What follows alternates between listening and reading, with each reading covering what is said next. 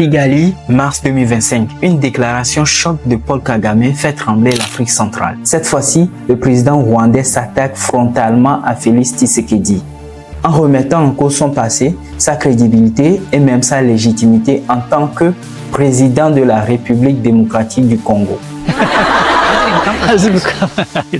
Une anecdote cinglante, racontée avec ironie par Kagame, suscite une onde de choc politique et diplomatique. Mais pourquoi Kagame s'acharne-t-il autant contre son homologue congolais? Quels sont les vrais enjeux derrière cette attaque verbale? Restez bien jusqu'à la fin, car nous allons analyser les dessous de cette déclaration explosive, ses conséquences sur la stabilité régionale et ce que cela signifie pour l'avenir des relations entre la RDC et le Rwanda. Lors d'un récent discours, Paul Kagame a fait une déclaration qui a immédiatement enflammé les tensions diplomatiques. Il a raconté une anecdote pour ridiculiser le président Tshisekedi devant son auditoire. Les propos de Kagame. Avant d'accéder au pouvoir, Félix Tshisekedi aurait travaillé en Belgique en tant que livreur de pizza. Son employeur, un Italien âgé, aurait été stupéfait d'apprendre que cet ancien employé était devenu président. Kagame ajoute même que Tshisekedi n'aurait même pas été capable d'assurer correctement son travail de livreur. Une pique cinglante, mais surtout une attaque directe et contre la légitimité et les capacités de leadership de Tshisekedi. Mais au-delà de la moquerie, cette déclaration soulève une question essentielle. Pourquoi Kagame s'attaque-t-il aussi frontalement au président congolais? Les tensions entre la RDC et le Rwanda ne datent pas d'hier. Elles sont le fruit de décennies de conflits, d'ingérences et d'accusations mutuelles. Les trois principales causes du conflit. 1. Les accusations de soutien aux groupes armés. La RDC accuse le Rwanda de soutenir le M23, un groupe rebelle actif dans l'est du Congo.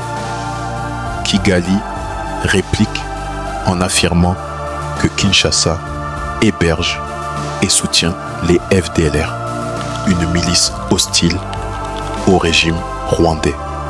2. L'exploitation illégale des ressources congolaises. Depuis des années, les minerais de l'Est du Congo sont pillés par divers acteurs et le Rwanda est accusé d'en profiter directement.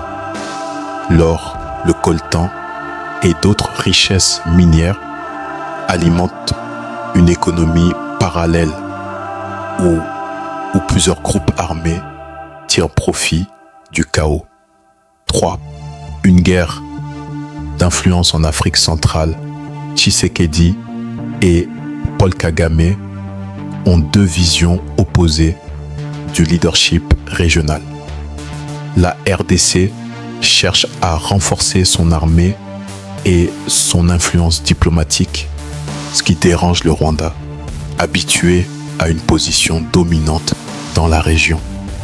Cette déclaration de Kagame ne tombe donc pas du ciel. Elle s'inscrit dans une stratégie de déstabilisation beaucoup plus vaste. Les propos de Kagame ont provoqué une réaction immédiate du côté congolais. Les proches du président Tshisekedi dénoncent une tentative d'humiliation et de provocation gratuite. Les conséquences immédiates. Les tensions diplomatiques s'aggravent encore davantage.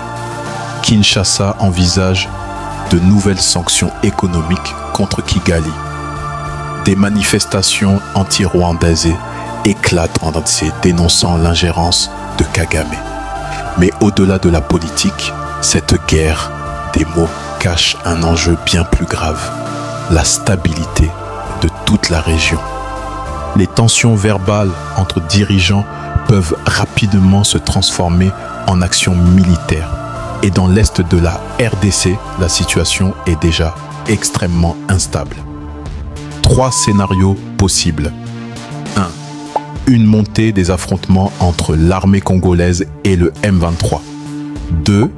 Des représailles économiques de la RDC contre le Rwanda. 3.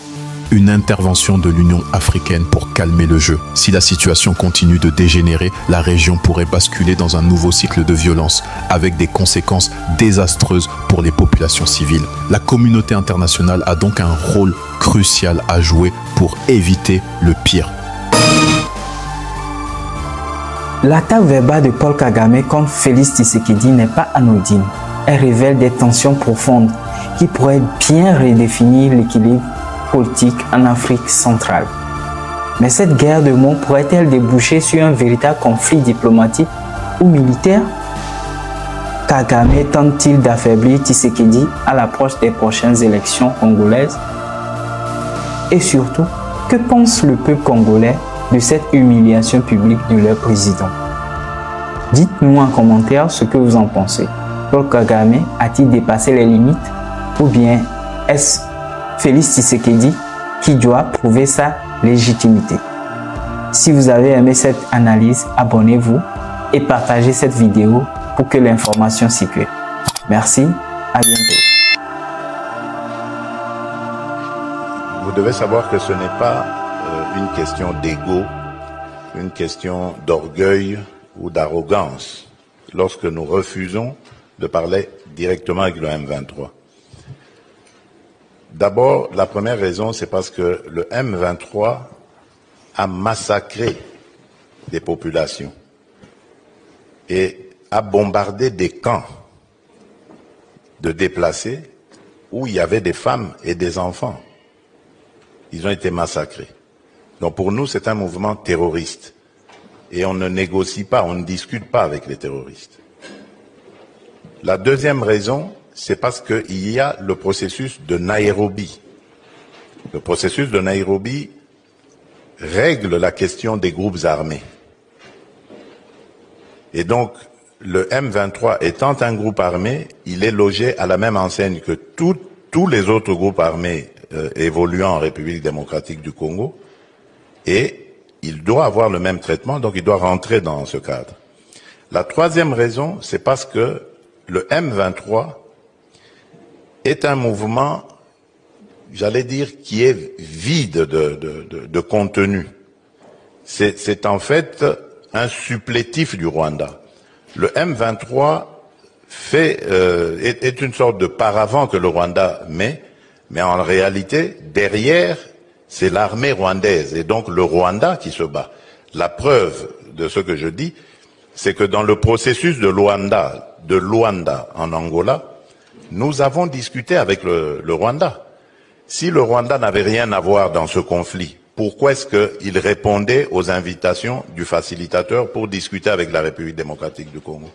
Donc vous comprenez que c'est le Rwanda qui se cache derrière et qui envoie un mouvement dit de Congolais qui vont venir à la table des négociations pour parler des intérêts du Rwanda. Alors, autant, nous disons, autant discuter avec le parrain lui-même pour qu'il nous dise c'est quoi ses intérêts, au lieu de perdre notre temps et notre dignité à discuter avec un paravent.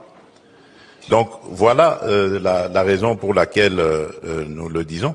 Et quand vous dites que ça ne va pas faire avancer, mais si ça va faire avancer la paix, parce que comme je vous l'ai dit, le processus de Nairobi est là, et le processus de Nairobi était justement inspiré pour régler la problématique des groupes armés. Yeah. So war is bad for everybody. So, I hope either Felix. I don't know whether you have seen this about Felix. Somebody, an Italian family person, who, Felix spent many years in Belgium. He was a taxi driver. As a taxi driver, he was many things of that kind, but even with a very bad reputation. The man who employed him, an Italian family, an old man now, who employed him, he was delivering. The man has a shop, a pizza shop, and Felix used to deliver So when this old man heard that Felix had become president, he said, "Oh my God." He said, "This one?" Then he told the story. It was even written. I hope you can What show was he it. doing? What was the story? It was like this guy who could not even do the job of delivering pizza How did he become has president? become, I don't know. Lomé Actu, votre média, votre voix.